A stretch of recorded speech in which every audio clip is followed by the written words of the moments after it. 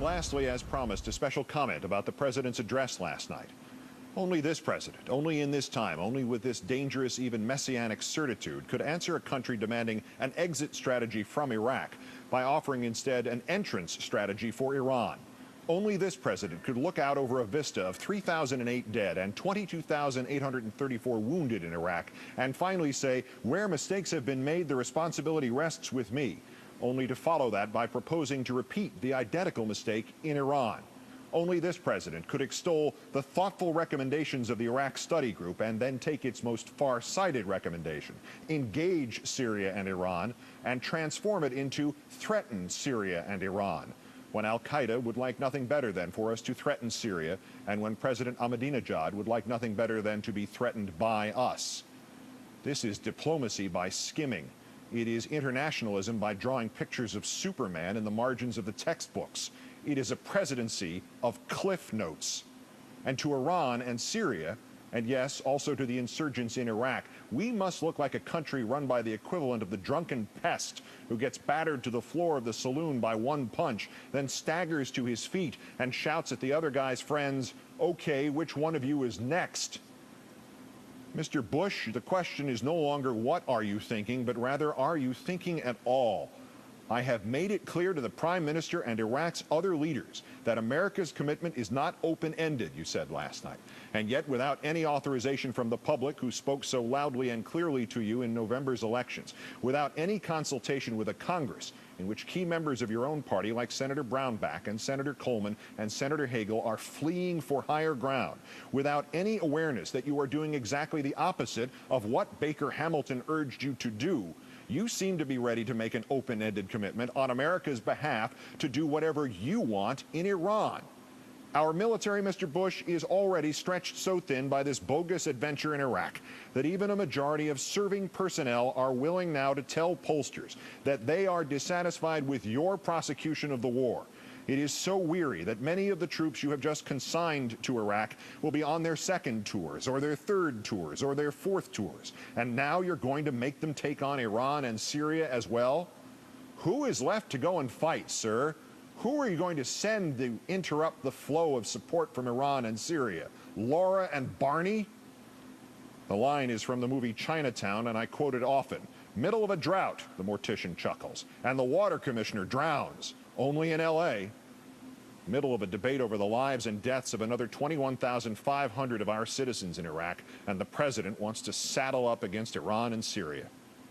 Maybe that's the point, to shift the attention away from just how absurd and childish is this latest war strategy that is for the war already underway, not the one on deck.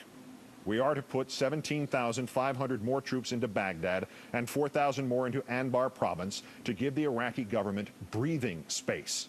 In and of itself, that is an awful and insulting term. The lives of 21,500 more Americans endangered to give breathing space to a government that just turned the first and perhaps the most sober act of any democracy, the capital punishment of an ousted dictator, into a vengeance lynching so barbaric and so lacking in the solemnities necessary for credible authority that it might have offended the Ku Klux Klan of the 19th century.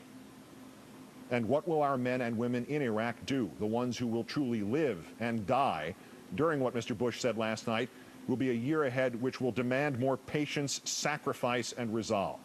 They will try to seal up Sadr City and other parts of Baghdad in which the civil war is worst.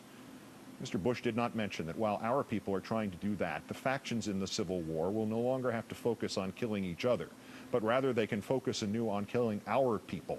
Because last night the president foolishly all but announced that we will be sending those 21,500 poor souls over, but no more after that.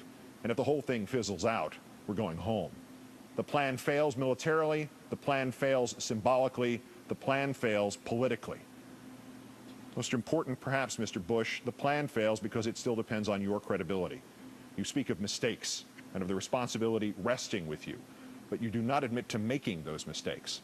And you offer us nothing to justify this clenched fist towards Iran and Syria. In fact, when you briefed news correspondents off the record before that speech, they were told once again, if you knew what we knew, if you saw what we saw, if you knew what we knew was how we got into this morass in Iraq in the first place, The problem arose when it turned out that the question wasn't whether or not we knew what you knew, but whether or not you knew what you knew. You, sir, have become the president who cried wolf.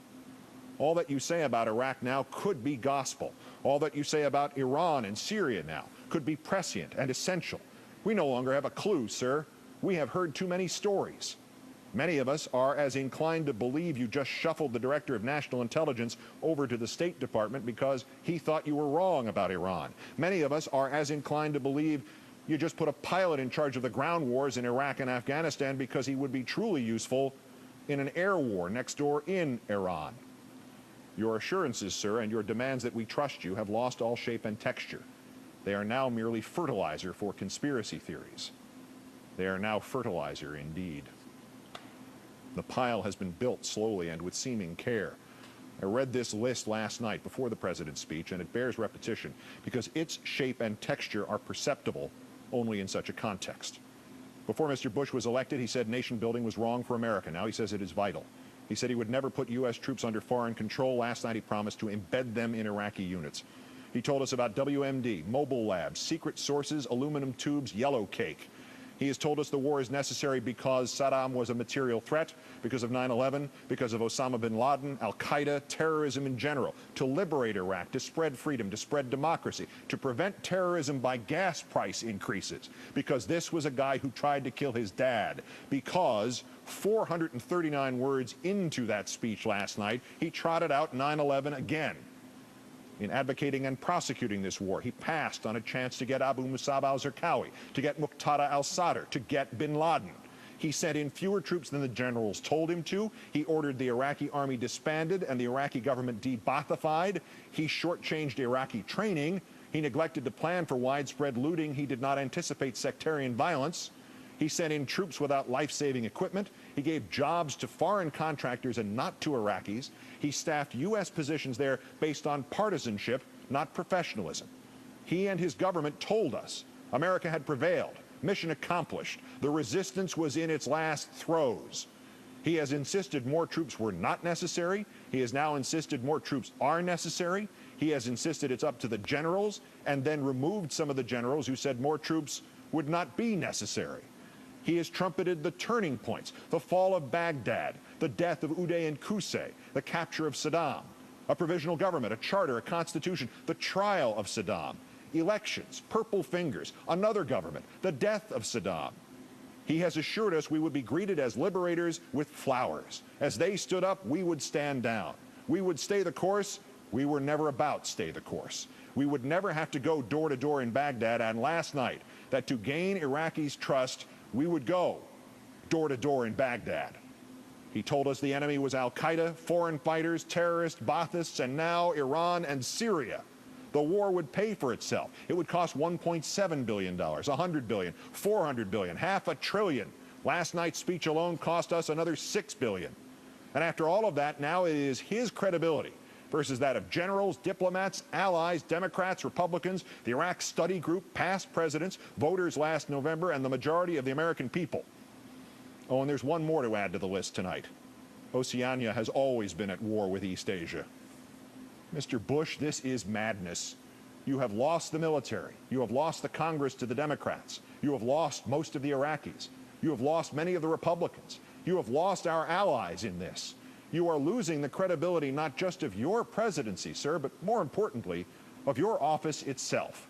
And most imperatively, you are guaranteeing that more American troops will be losing their lives and more families their loved ones. You are guaranteeing that.